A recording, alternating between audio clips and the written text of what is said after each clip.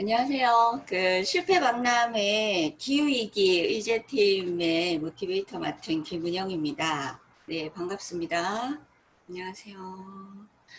하영님 어디 갔노? 갑자기 시작하자마자 없어졌네. 하영님, 안 나오나요? 네, 눈만 나오네요. 네, 네, 됐어요. 네. 실패 박람회는 이제 한번 설명드린 대로 총 3회에 걸쳐서 수기 토론 방식으로 의제를 도출하는 거고요. 수기 토론은 말 그대로 깊이 생각해서 충분히 의논하는 과정을 이야기하는 겁니다. 그래서 수기 토론은 의제를 도출하는 데 있어서 모든 여기 참여하시는 의제 당사자들이 참여하셔서 개인 각자의 의견을 충분히 이야기하고 함께 합의해서 의제를 최종적으로 도출하는 방식입니다. 모두 이 수기토론 방식을 고려하셔서 끝까지 기후위기에 관련된 의제가 제대로 도출될 수 있도록 여러분들의 많은 의견 부탁드립니다.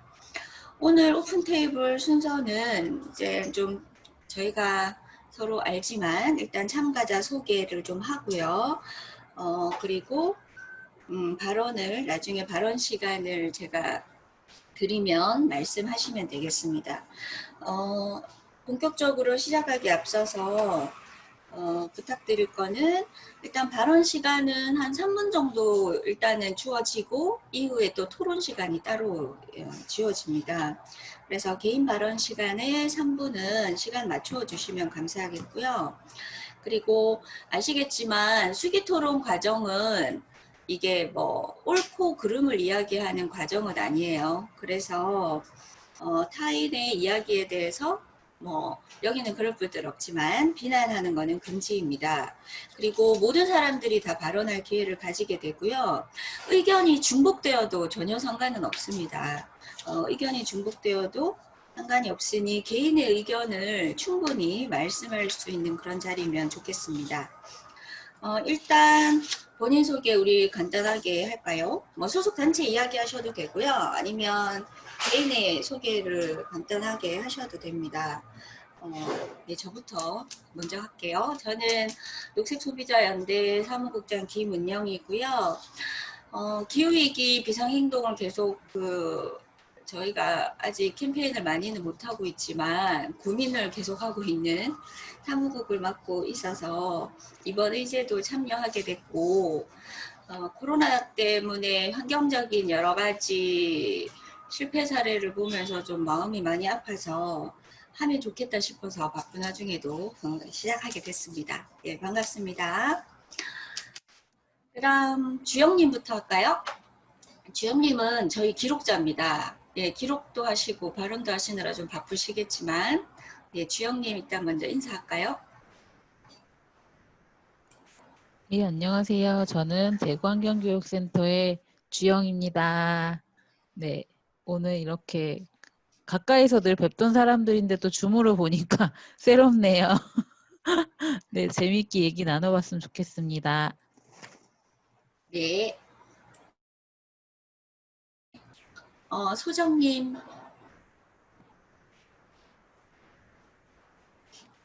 네, 안녕하세요. 저는 류소정이라고 합니다. 저는 따로 소속은 없고요. 작년부터 이제 학교에서 시작하면서 기후위기에 관심을 가지게 되고, 청소년 기후행동에 참여하면서 계속 기후위기에 대한 관심을 이제 높여가고 있습니다. 오늘 잘 부탁드립니다. 네, 반갑습니다.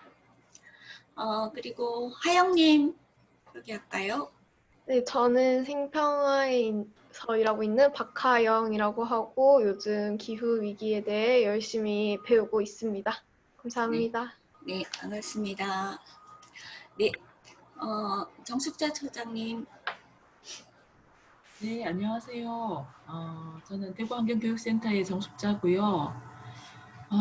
되게 심각하다는 거를 아는데 구체적으로 이거를 어쨌든 환경교육을 하고 환경 관련한 활동을 하는 활동가로서 이걸 어떻게 구체적으로 사람들하고 실천으로 이끌어낼 수 있을 것인가 또는 시나 교육청이나 정부까지는 아니라도 하여튼 시나 그런 이제 지방 정부의 실천을 이끌어낼 것인가가 되게 막연하고 고민이 많습니다. 네, 오늘 이야기를 잘 나눠봤으면 좋겠습니다.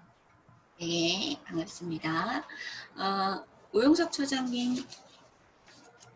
네, 반갑습니다. 대구 지속가능발전협의회 오용석 사무처장입니다.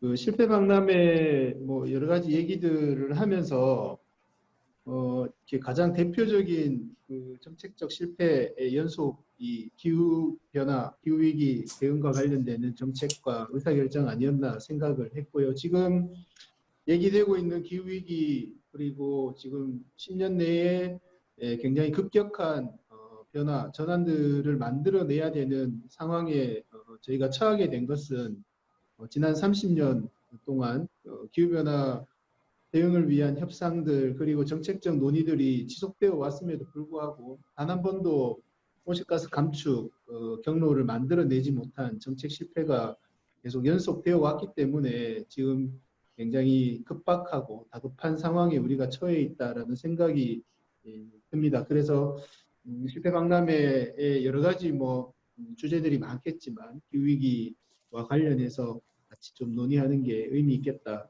생각이 들었습니다. 반갑습니다. 네, 반갑습니다. 네, 마지막으로 네, 이름이 지금 김은영으로 뜨는데요. 제 컴퓨터라서. 네, 최성훈 만사님. 네, 안녕하세요. 저는 대구 녹색소비자연대 최승훈입니다. 반갑습니다. 네, 반갑습니다. 일단 이렇게 오픈 테이블은 저희 6명이서 저 포함해서 7명이 일단 시작하도록 하겠습니다.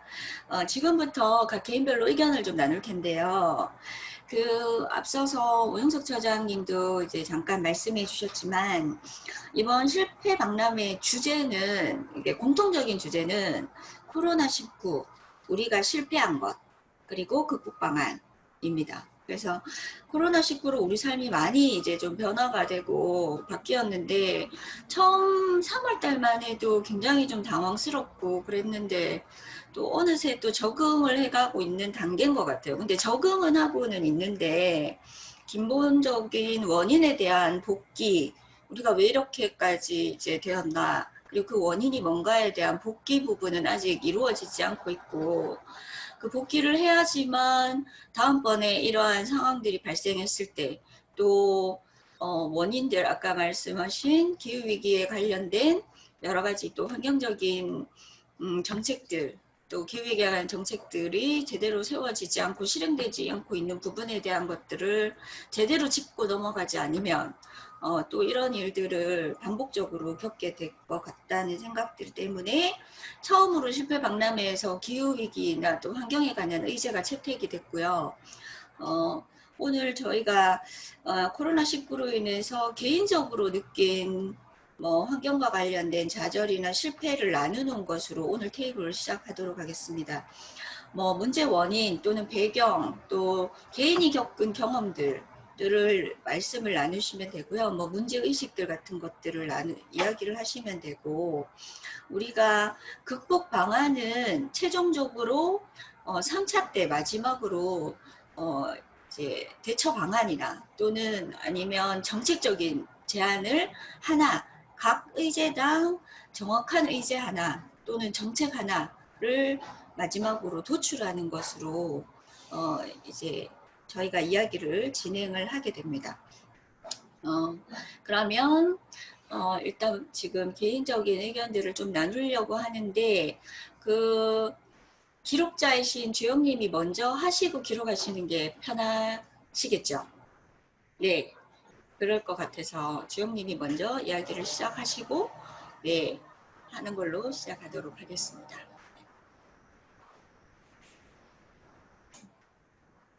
주영님 음소거 네. 네. 네. 코로나19 시대에 환경적으로 가장 고민되거나 하는 걸로 생각을 해봤을 때 쓰레기 문제가 제일 많이 얘기되지 않을까 싶어요. 어쨌든 방역을 중심으로 하다 보니까 이런 뭐든지 다 일회용품 사용이 권장되고 있잖아요. 그러다 보니까 쓰레기장 뉴스도 엄청 많이 나오고 있고 쓰레기가 엄청 쌓여 있다는. 그래서 기후위기에 연결돼서 어쨌든 그런 쓰레기가 쌓여가면 쌓여갈수록 온실가스는 더욱더 늘어날 수밖에 없고, 그걸 처리하기 위한 또 뭐 비용이나 이런 부분이 더 커지는 문제들이 있고, 그럼에도 어쨌든 코로나가 너무 중심이 되다 보니까 그런 쓰레기 문제나 일회용품을 사용하는 거 오히려 권장하는 사회가 된 문화들, 카페에 가봤을 때 지금 지자체에서 일회용품 쓰라고 한다, 그런 얘기를 들었을 때 오히려 뭐 텀블러나 이런 거 사용 안 된다라고 했을 때 뭐 이렇게 받게 되는 그런 이야기들을 들었을 때 답답함이나 어려움들이 좀 많았고요. 그리고 이런 대중교통이나 이런 거에 대해 이동하는 것도 되게 두려움이 많았잖아요. 이번 추석만 해도 대중교통보다는 개인 차량을 오히려 이용하라고 권장할 정도로, 그러다 보니까 개인 차량이 또 이용이 증가하면서 또 온실가스가 늘어날 수밖에 없고, 오로지 코로나 방역 대책이 중심이다 보니까 이런 환경에 대한 고민이나 환경 문제 때문에 코로나가 나왔다고는 얘기하지만 환경에 대한 그 오염에 대한 부분, 그런 거에 대해서 우선순위가 다 밀리게 되다 보니까 거기에서 오는 또 좌절감이나 이런 게 좀 있었던 것 같아요. 네, 그렇습니다. 예, 주영님 발언 감사드리고요. 그 다음에 일단 본인들의 의견들을 쭉 나누고 나서 서로가 그 각자의 의견에 대해 덧붙이거나 아니면 질이나 이런 것들을 나누도록 할게요. 먼저. 예. 그러면, 네, 소정님, 네, 발언을 듣도록 하겠습니다. 네, 저도 주영님이랑 생각이 비슷한데, 어쨌든 코로나로 인해서 뭔가 공장 가동이 중지된다거나, 다른 활동들이 멈추면서 환경이 개선된다거나, 뭐 맑은 하늘을 본다거나 하는 식으로 좀 인간이 하는 활동이 환경에 영향을 준다라는 걸 좀 인지할 수 있었던 것 같은데, 그게 다시 또 위생이나 아니면 코로나 방역 같은 걸 문제로 두면서, 뭐 카페에서는 일회용품 사용을 되게 자연스럽게 한다던가, 뭐 배달 음식을 되게 많이 먹게 되면서 또 쓰레기가 계속 배출되고, 근데 이게 또 주영님 말씀하셨던 것처럼 단순히 쓰레기가 많이 나온다 해서 그치는 게 아니라 좀 다양한 뭐 기후위기와 관련된 환경 문제들을 만든다고 생각을 해요. 그래서 저도 쓰레기 문제가 가장 두드러지고 있는 것 같고, 좀 지자체에서 일회용품 사용을 지양할 수 있도록 하는 뭔가 안을 낼 수 있도록 하면 좋지 않을까. 그리고 저는 그냥 평소에 좀 생각했던 거는, 대구 같은 경우에는 지금 대구 기후위기 비상행동이 있지만 그게 아무래도 환경단체나 좀 다른 단체를 중심으로 연대체가 형성돼 있는 거다 보니까 좀 개인이 선뜻 뭔가 마음을 내서 참여하고 자연스럽게 연결되고 하는 게 좀 아쉬운 부분이 있었거든요. 그런 것도 같이 얘기를 해보면 좋을 것 같습니다. 네. 네, 네, 네. 좋은 의견 감사합니다. 네. 그 다음에는, 네, 오용석 처장님 얘기를 좀 볼까요? 예, 코로나로 인한 뭐 이렇게 그 환경 문제에 대한 인식들 뭐 여러 가지 그 미세먼지 저감이라든지 이런 긍정적 효과에 대한 얘기들도 있었던 것 같고, 또 코로나가 발생한 원인 자체가 그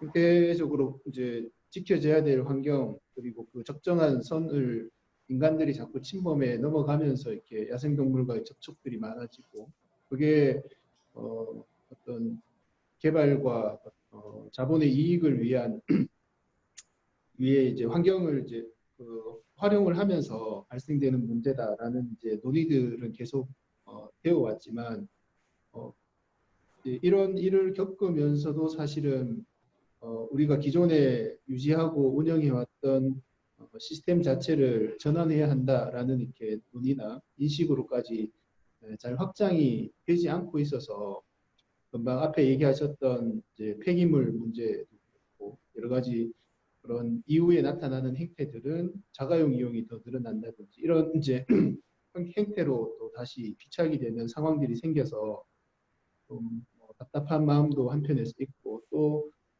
한편에서는 이제 기후 위기가 굉장히 지금 이제 올해부터 해서 앞으로 한 10년이 굉장히 중요한 이제 변곡점이 되어야 할 텐데 그 처음 이제 시작하는 올해 2020년 세계적으로는 이제 그린 뉴딜, 뭐 그린 딜이라는 이름으로 온실가스 감축을 위한 대규모 국가 사업들을 추진을 하려고 지금 추진을 하고 있는 상황이고 한국도 그런 계획을 수립해서 추진하고 있기는 하지만 여러 가지 한계와 비판들을 받고 있는 상황에서 기후위기 문제, 뭐 플라스틱도 마찬가지고, 전체적으로 다 기후위기 문제로 다 저는 이제 비춰하게 된다라고 생각이 드는데, 기후위기 대응과 관련해서 아까 정수사처럼 얘기한 대로 이렇게 어디서부터 어떻게 손대야 될지 굉장히 막연한 부분들이 있고, 시민들이 쉽게 가장 이제 접근을 할 수 있는 것은 이제 개인이 실천하는, 그래서 뭐 플라스틱 사용을 줄인다든지, 에너지 사용을 줄인다든지,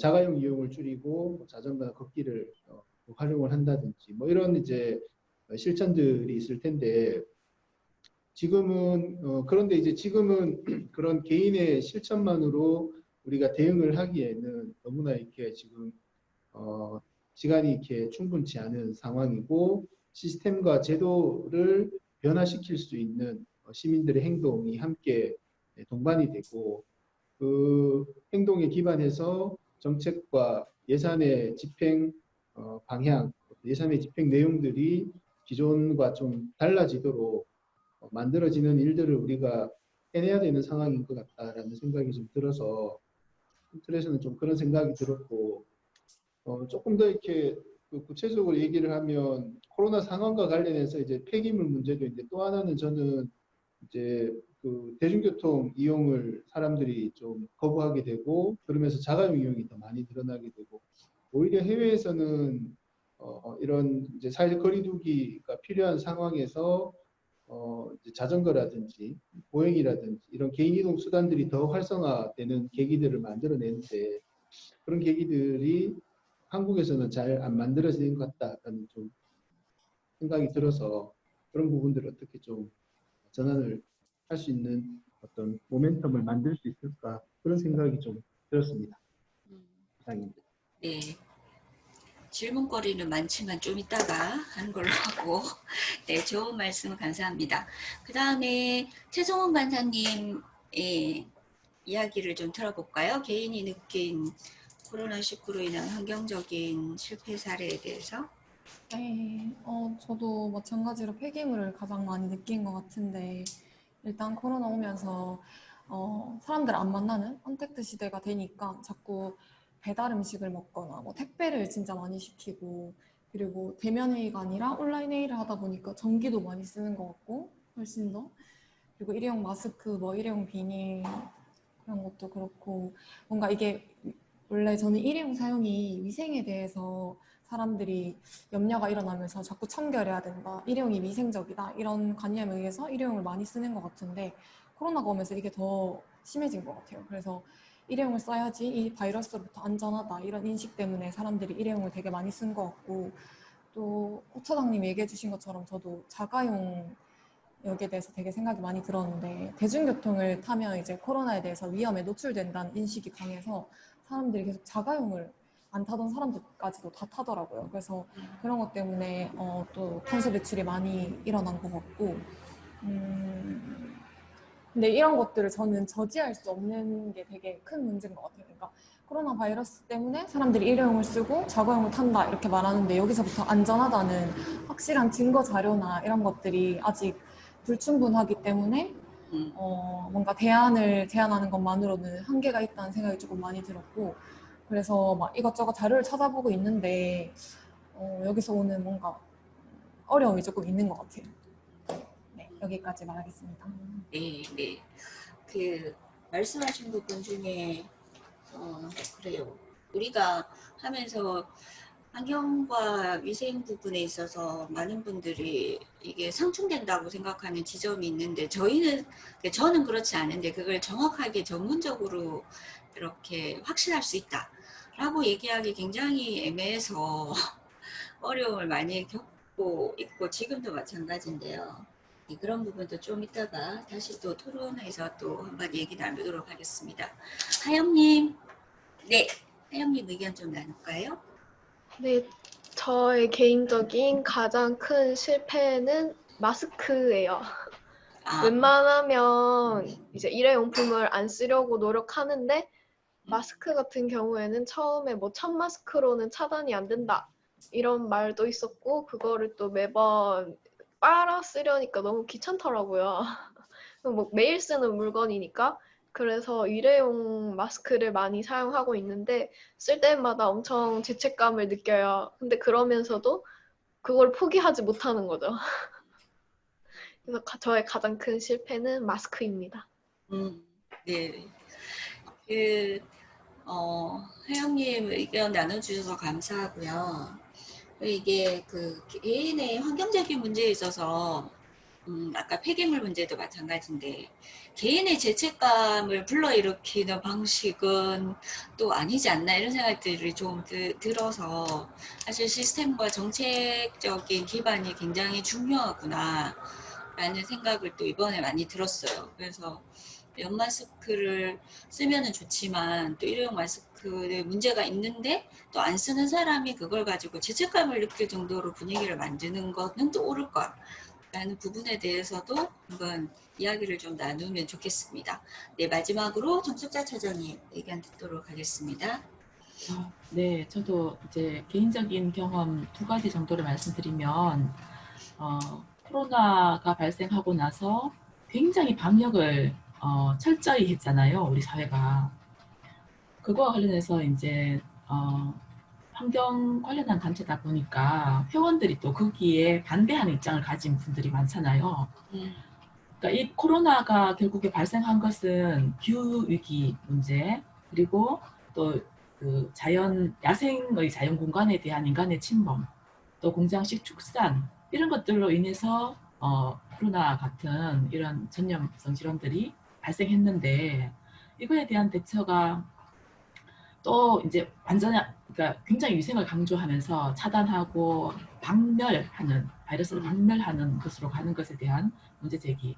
그런 게 이제 굉장히 저는 이제 개인적으로는 너무너무 공감이 갔으나 사회적인 분위기에서 그거를 정면 돌파할 만한 그런 공감들을 얻지도 못하고 그런 용기도 없고, 그래서 막 회원은 계속 그런 요구를 하면서 그거와 관련한 성명서를 써라부터 강력한 대처를 요구했으나 너무너무 공감은 하지만 사실 이 분위기에서 그런 얘기를 한다는 게 너무나 부담스럽다라고 하면서 느꼈던 난처함, 그러니까 그런 게 있었고요.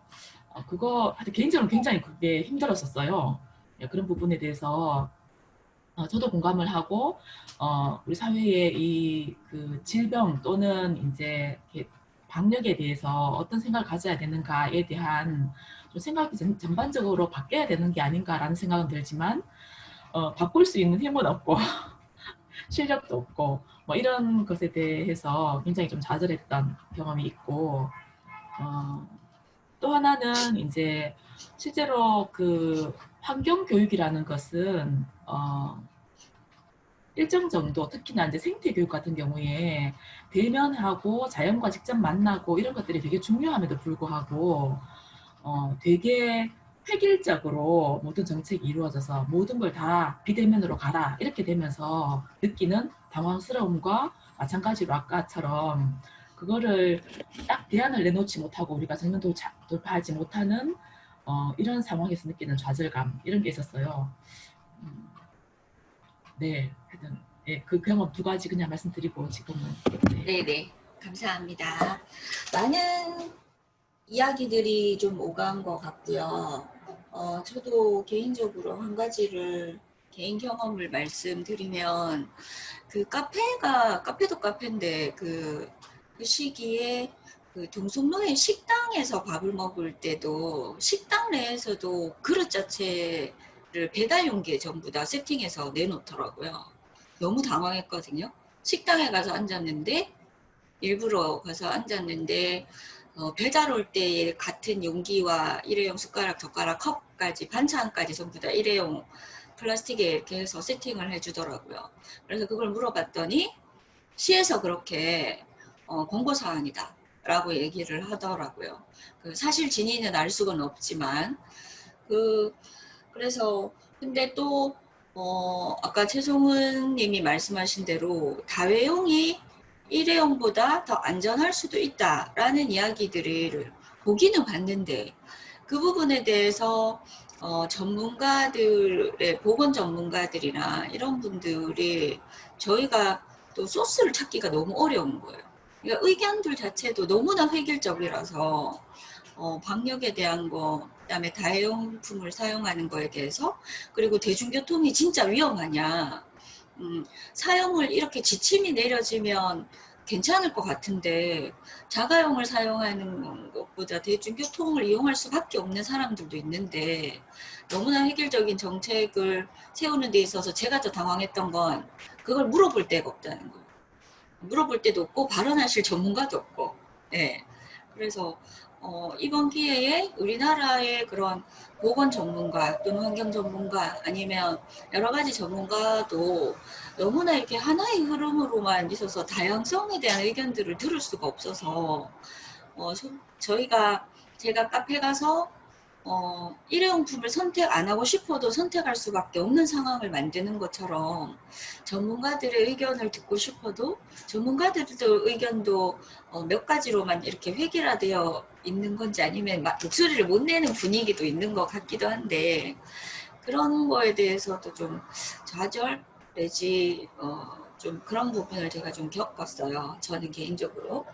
자, 이제 우리가 의견들이 좀 많이 이렇게 각자 의견들이 나왔는데 지금부터는 자연스럽게 일단은 토론하고 또 개인들이 가진 생각을 조금 더 깊이 알고 싶어서 개인들이 낸 의견에 대해서 질문하셔도 되고요. 근데 이게 저희가 오디오가 겹치면 안 되니까 손을 이렇게 드시면 제가 지명을 하면 발언을 하시면 될 것 같아요.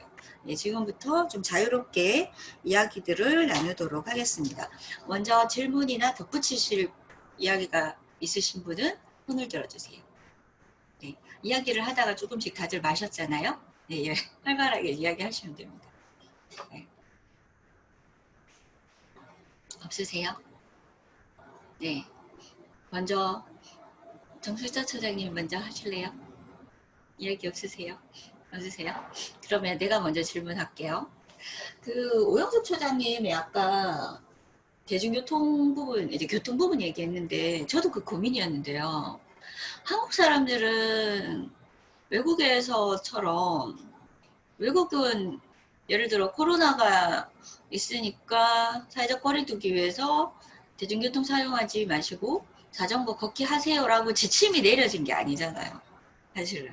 그러니까 시민들이 자발적으로 한 거라고 저는 알고 있는데 한국은 왜 그게 안 될까요?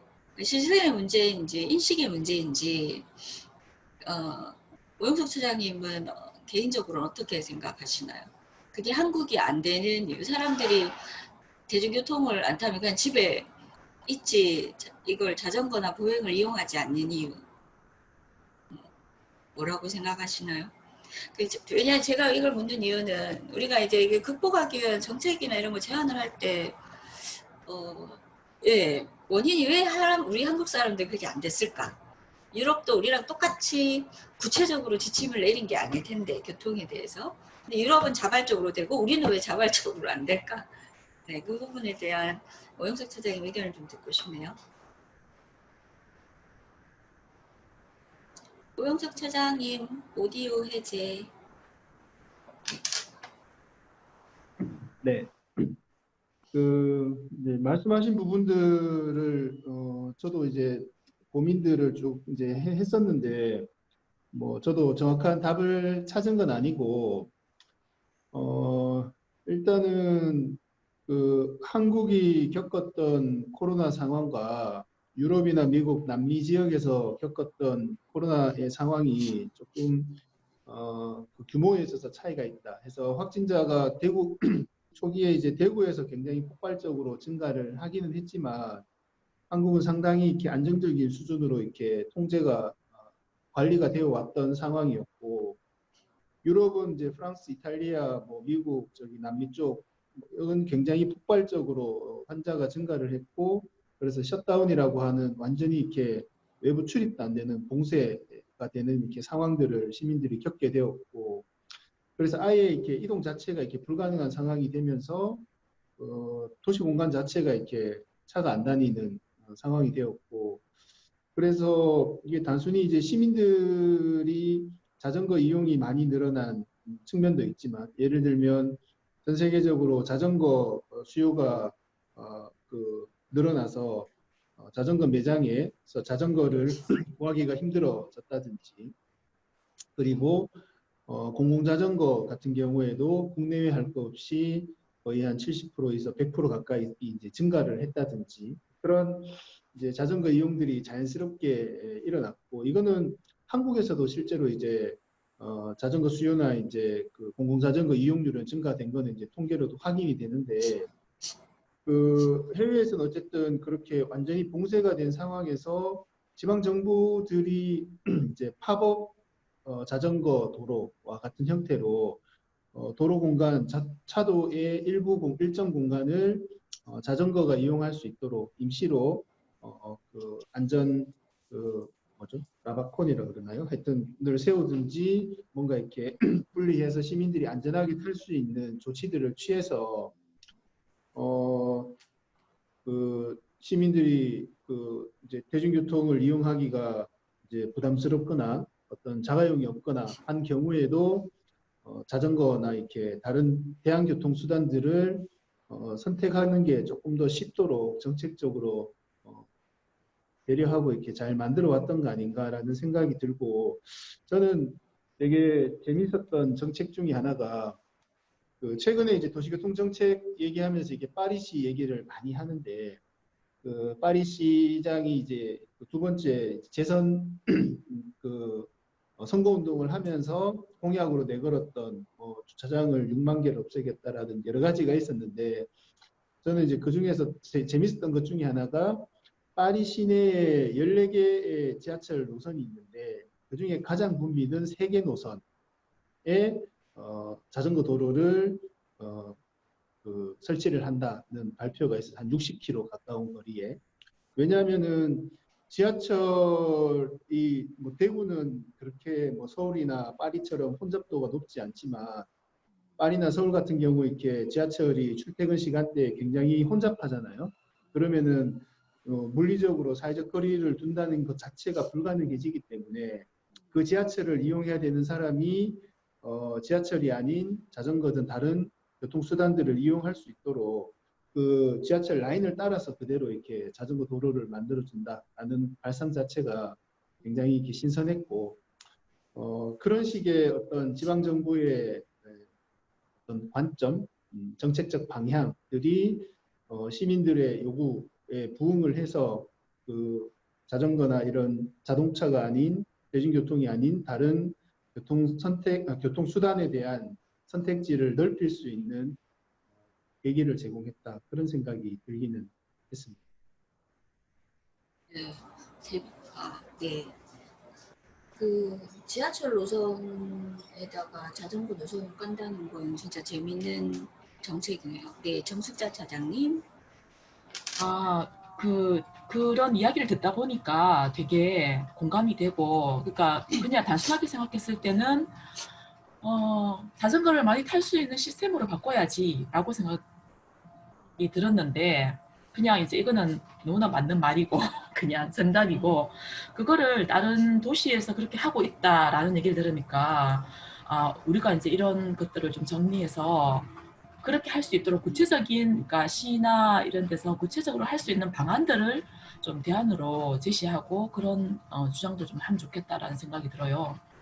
저도 이제 개인적인 경험은 저는 뭐라도 사실은 뭐 차를 타고 다니는데 아침에 이제 출근한다고 이렇게 하다 보니까 평소에 그냥 오던 분이 엘리베이터에서 자전거를 타고 내려오시는 거예요. 그래서 요즘 너무 날씨가 좋아서 자전거 타기 좋죠 하니까 가까워서 출퇴근을 자전거로 하려고 이제 하는데, 걸어가는 거나 차 타고 가는 거나 거의 비슷하다라는 거예요. 자전거를 타고 가는 거나. 왜냐하면 자전거 도로가 인도에 있다 보니까 사람들하고의 뭐 문제들이라든가, 아니면은 그렇다고 하더라도 또 끊기면 또 신호를 받아야 되고 뭐 여러 가지로 하여튼 굉장히 불편해서 정말 가까운 거리, 날씨가 좋을 때나 한번 해볼까 하는 정도이지 우리나라에서 일상적으로 자전거를 도로에서 타고 다니는 게 너무나 불편한 구조라는 거죠. 저도 이제 그 여행을 갔다가 헬싱키를 갔었는데 핀란드 헬싱키를 가서 자전거 도로를 보고 너무너무 부러웠거든요.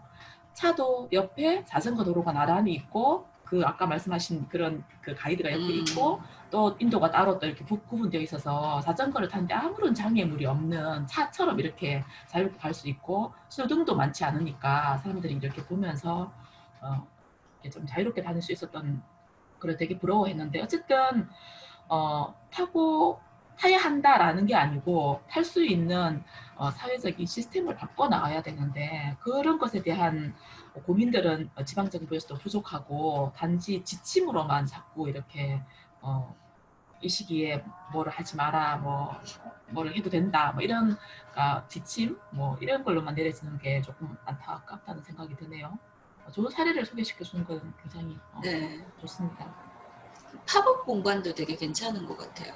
그러니까 일시적으로 그 기간 동안에 달구벌대로만 해도 양차선으로 거의 10차선 정도 되는데 한 차선 정도를 그냥 코로나 기간 동안만이라도 그때 한 차선 정도만이라도 열었으면 사실은 훨씬 더 나았을 텐데 싶은데 그런 거는 사실 돈이 드는 게 아니고 행정부서 간의 협조가 필요한 일이잖아요.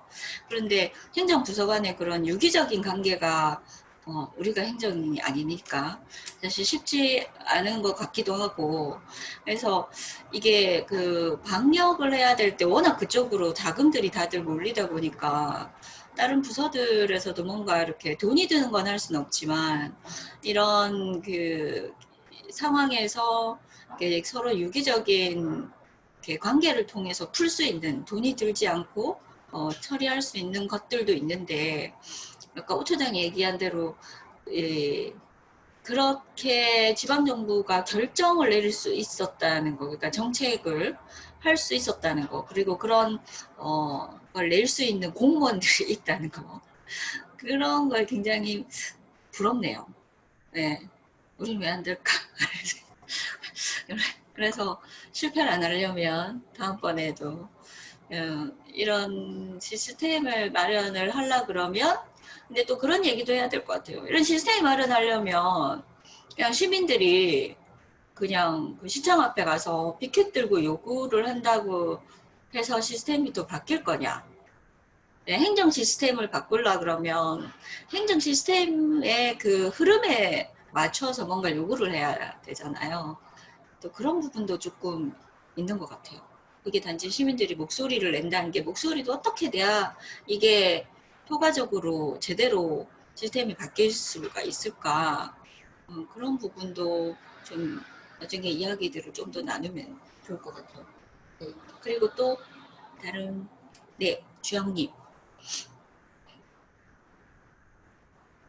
네, 저는 그 코로나 시기에 면역력이 되게 중요시 됐잖아요. 그래서 몸보신을 해야 된다고 고기를 엄청 먹으라고 하면서 육식이 엄청 조장된 것 같아요. 아 진짜? 그래가지고 네. 한 끼라도 고기를 먹어야 된다, 면역을 위해서. 이런 몸보신의 얘기들이 많아졌던 것 같아요, 훨씬.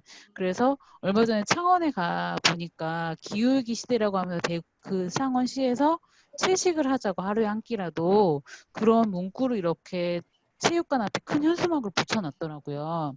아니면 자전거 이용 이런 문구를 적어놨더라고요.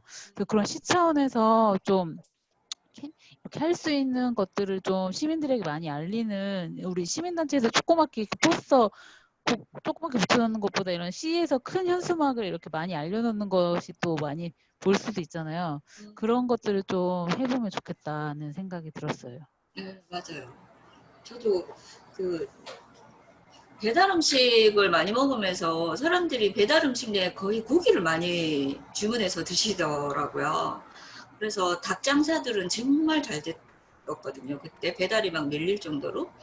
그런데 이제 기후위기에 관련돼서 좀 이제 고민이 있는 분들은 사실은 이게 육식과 기후위기와 이런 것, 특히 코로나19 같은 인수공통전염병에 관련돼서는 이렇게 이제 채식의 중요성을 아는데 시민들은 이렇게 그렇게까지 연결을 못 시키니까 그런 연결고리를 만들어주는 것도 저희들이 사실 저희가 막 그 손소독제 만들고 이런 것도 중요한데 그런 걸 좀 놓친 것 같아요. 그건 저희가 실패한 사례가 아닐까. 시민단체들이 그런 걸 요구를 좀 캐치를 했었어야 되지 않을까 싶은 생각도 드네요.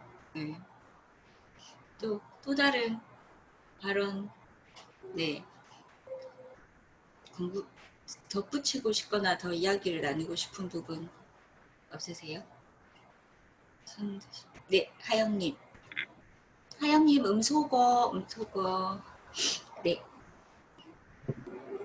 네, 교통에 대해서 좀 더 얘기를 해보자면 저는 교환학생을 이제 외국으로 갔었거든요. 근데 그 나라에서는 대학생이면은 그게 인증이 되면 지하철을 한 달에 20유로, 그러니까 한 3만 원이 안 되는 가격만 내면 이제 계속 무료로 무제한으로 탈 수 있거든요. 네. 어디가 떴어요, 근데? 라트비아요. 아, 네. 네네. 그래서 대중교통을 진짜 사람들이 많이 이용했어요. 특히 학생들은. 네. 지금 저는 한국에서 대학생인데 그래도 차 있는 친구들이 몇 명 있거든요. 많죠. 네네네. 좀 많거든요. 근데 그 외국에 있을 때는 정말 대부분의 친구들이 다 대중교통을 이용했고 차 있는 친구들이 정말 없었어요. 그리고 도로에도 차가 정말 별로 없었고요. 약간 맞아요. 그런 식으로 아니면 지금 코로나 때문에 긴급 재정 이런 거 많이 뿌리잖아요. 네. 그런 걸 대신해서 뭐 대중교통 할인이라든지 그런 정책이 있으면 좋을 것 같은데 또 한편으로는 지금 코로나 시대에 어디 대중교통을 타라고 권장하냐 이런 비판이 있을 것 같기도 해요. 네. 그 여러 가지 실패 중에 그 환경적인 실패는 저는 좀 코로나 시기에 환경적으로 좀 암울한 시기다라고 느낄 정도로 환경적인 발언을 하기가 굉장히 어려운 시기였거든요. 근데 아까 이렇게 수정님이 기후위기 비상행동 이야기를 했는데 기후위기와 관련된 내용들을 방송에서 많이 나온 거는 확실해요. 그러니까 코로나 때 그거는 확실한데 아주 섬세한 지침에 예를 들어 대중교통을 이용하고 이런 부분을 또 이야기를 하면 면 마스크 사용합시다 이런 걸 하면 100% 안전합니까? 또 이렇게 나오는 거예요. 그러니까 기후위기라는 거에 대한 내용은 동의하는데 섬세 지침으로 들어가면 생활 지침으로 들어가면 그게 또 반대적인 부작용이 생겨서 참 곤란하더라고요. 그거에 대한 해결방을 사실 잘 모르겠어요. 전문가들도 우리가 아닌 이런 우리의 이야기를 뒷받침해 줄 만한 전문가가 같이 이렇게 좀 있어야 되는데 그런 전문가가 너무 부족해서 그런 건지 싶기도 하고 그게 가장 어려웠던 것 같아요. 네. 네. 이 부분에 대해서 특별히 좀 아이디어가 있으시거나 어떻게 하면 좋겠다 뭐 이런 아니면 수정님한테 좀 여쭤보고 싶어요. 아까 기후위기 비상행동 같은 이런 부분에 대해서 문제를 느끼고 있는 또 환경적으로 문제가 많다라고 느끼고 있는 시민들이 있는데 사실 참여하시기가 굉장히 어렵다 그런 이야기를 했잖아요. 그래서 앞으로 이런 또 위기가 계속 온다고 하는데 이럴 때 우리가 다시 실패하지 않기 위해서 이런 생각들을 가지고 있는 사람들의 목소리를 좀 만들어내고 그게 반영되고 하려면 좀 어떻게 하면 좋을까요? 소영님이 생각하시는. 일단 제가 개인의 참여가 조금 이렇게 접근하기 힘들다라고 느꼈던 거는 청소년이나 청년을 우리가 기후위기에서 말할 때 미래 세대라고 하잖아요. 근데 그 대구 같은 경우에는 내 주변에 어떤 청소년이 어떤 청년이 기후위기의 문제점을 가지고 또 뭔가 해보려고 하는지 그 사람들이 누군지를 알 수 있는 경로가 되게 저는 찾기가 힘들더라고요. 그래서 누가 있는지 알면은 그럼 그들이 모여서 같이 연대하고 뭔가 해보고 할 수 있는 그런 힘이 생길 텐데 일단은 누가 있는지 알 수 없다는 것부터가 되게 시작하기 어렵게 하는 저는 그런 게 있었어요. 네. 맞아요. 저도 찾기가 너무 어려워서. 근데 이게 네트워크를 만들기 위해서 또 외부적인 활동을 해야 되는데 근데 저 스스로도 사실은 그 코로나 시기 때 기후위기 관련된 캠페인이든 뭐든 그 나서는 것 자체가 좀 겁이 나더라고요. 그러니까 내가 간염될까 이게 아니고 사람들이 우리를 어떻게 볼까 이런 시기에. 왜냐하면 경제와 환경적인 부분에 대한 상충 부분이 굉장히 이야기가 많이 됐던 것 같고요. 또 보건 부분이랑 환경적인 상충 이야기들이 좀 많았던 것 같아요, 이번에.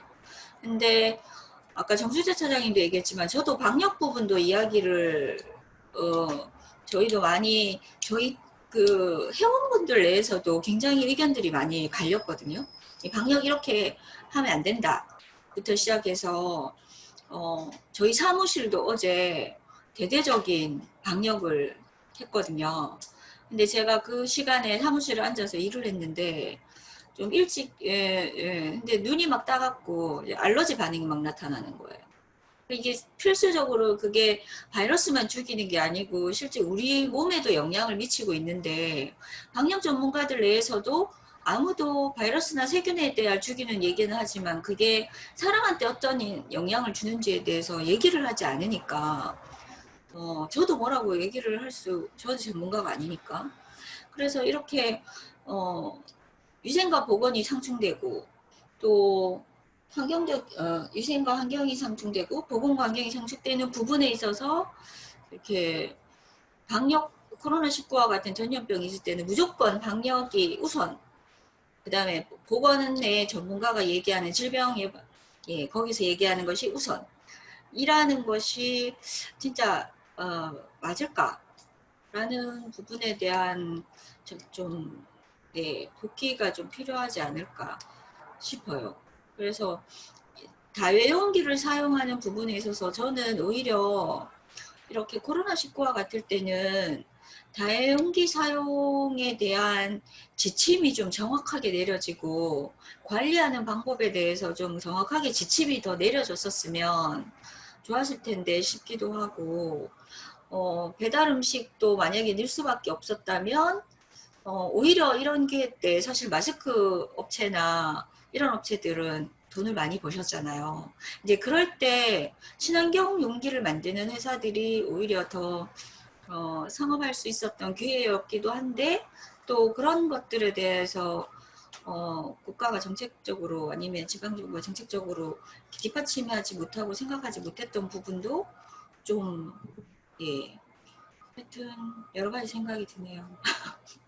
오늘은 문제점을 도출하다 보니까 너무 많은 이야기들이 됐는데 이게 최종적으로는 저희가 마지막 3회차 때는 오늘 나온 여러 가지 이야기들을 가지고 의제나 정책들을 좀 만들어내야 되는데 일단 지금 이제 시간이 다 되어 가는데 오늘 나온 이야기들을 지금 이제 주영님이 쭉 기록을 지금 하셨을 텐데 그게 의제 전문가가 다음 주에 브리치 테이블 때는 전문가분한테 이 의견이 전달이 되고 의제 전문가가 자문을 먼저 하시고 저희가 이거를 좀 더 구체화 해결 방법에 대한 극복 방안에 대한 구체화를 좀 시킬까 하거든요. 그래서 오영석 소장님이 아까 얘기해 주신 다른 나라의 사례, 구체적인 사례 같은 것들을 좀 다들 좀 찾아보실 수 있으면 본인이 이야기하셨던 부분에 대한 구체적인 사례들을 바탕으로 좀 구체적인 의제와 구체적인 정책들이 만들어지면 좋을 것 같아요. 이게 뭐 환경과 관련된 매뉴얼이 만들어져야 된다 이렇게만 나오는 게 아니고 이왕이면 좀 구체적으로 만들어져서 이 실패 박람회가 끝나고 그 의제가 실제로 좀 영향을 미칠 수 있는 의제와 정책들로 나오는 게 저희 이 기후위기 의제에서 좀 중요한 일이 아닐까 싶습니다.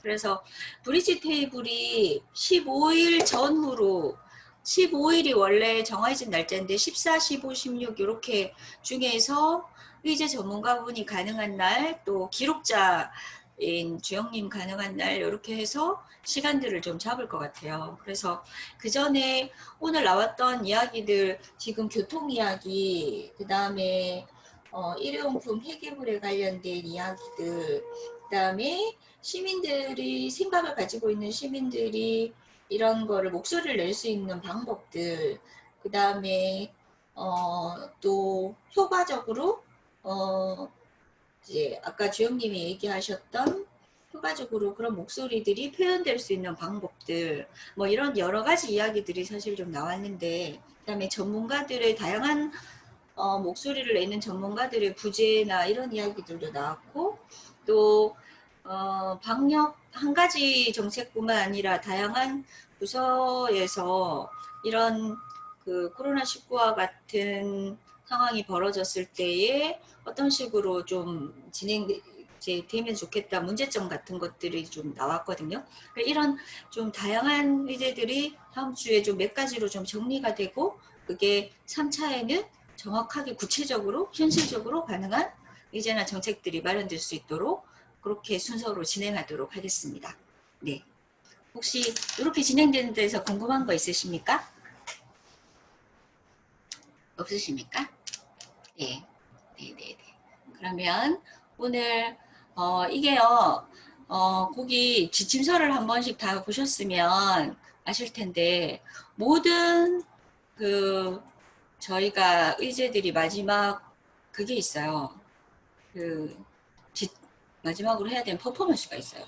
이거 보셨죠? 네.